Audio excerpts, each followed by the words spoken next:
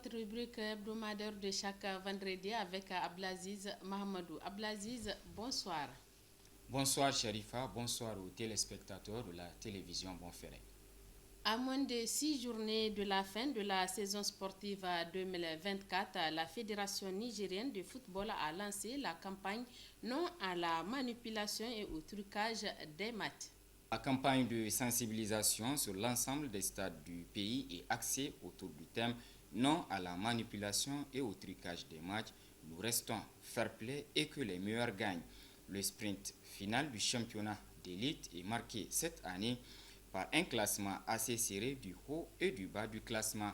Cette situation est potentiellement susceptible de voir la conclusion de matchs truqués entre les différentes équipes, raison pour laquelle la Fédération nigérienne de football rappelle à travers cette campagne que dans ses règlements généraux de la compétition, un point relatif à la lutte contre la manipulation et le tricage des matchs existe.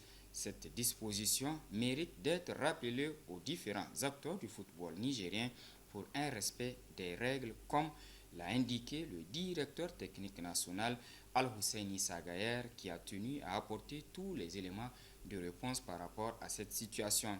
À l'instar des matchs de Niamey, même ceux de l'intérieur du pays seront concernés par cette campagne de sensibilisation avec comme objectif rendre les matchs plus propres et plus attractifs jusqu'à la fin de la Super League pour un championnat méritant. Les moins de 17 ans du centre de formation de football Wadrak se préparent pour la deuxième édition du tournoi Chitap Coupe édition 2024.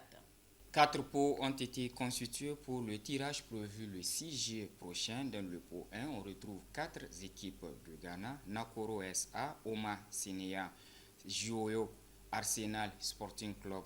Dans le pot 2, on retrouve Bolga FC du Ghana, Heart of Wike, toujours du Ghana, Talent Bridge et Volta Int Sport. Dans le pot 3, on retrouve Assa FC du Burkina Faso, AS Difa du Bénin, Wadrak Athletic Club du Niger et New Bell du Togo. Dans le pot 4, on retrouve Ravin FC, Tika Bar, Plateau FC et Sport Academy.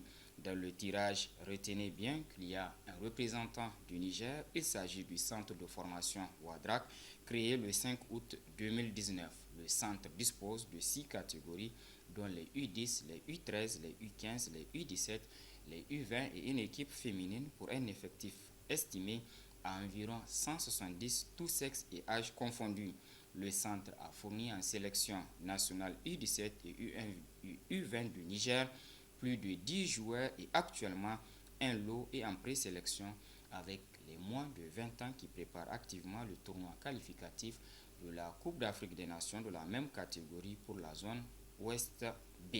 Les différents pots en vue du tirage des éliminatoires de la Coupe d'Afrique des Nations Maroc 2025 connus depuis le début de la semaine.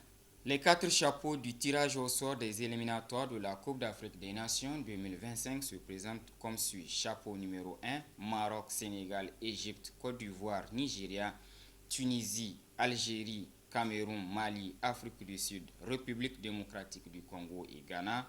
Chapeau 2, Cap-Vert, Burkina Faso, Guinée, Guinée équatoriale, Gabon, Zambie, Bénin, Angola, Ouganda, Mozambique, Madagascar et Kenya.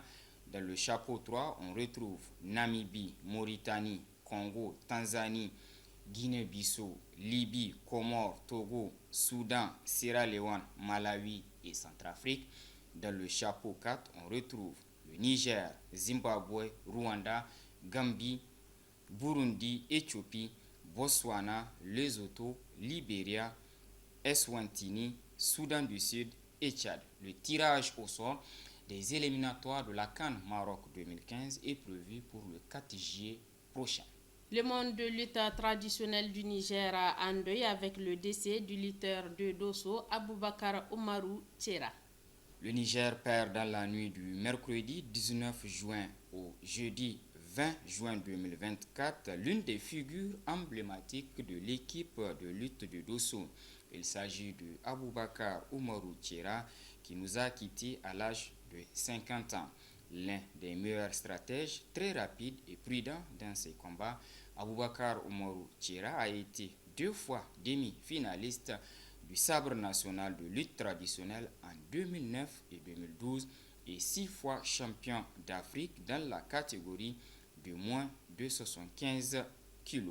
Tchera nous quitte, je le disais, à l'âge de 50 ans. Il a été enterré ce jeudi vers 10 h. Repose en paix, champion. C'est la fin de cette rubrique, c'est également la fin de cette édition. Merci de nous avoir suivis. Merci à Blaziz. Merci aussi à vous, Sharifa. Merci à toute l'équipe qui nous a aidés à vous présenter ces journaux. Très bonne réception et bonne suite de nos programmes sur Bonferré Télévision.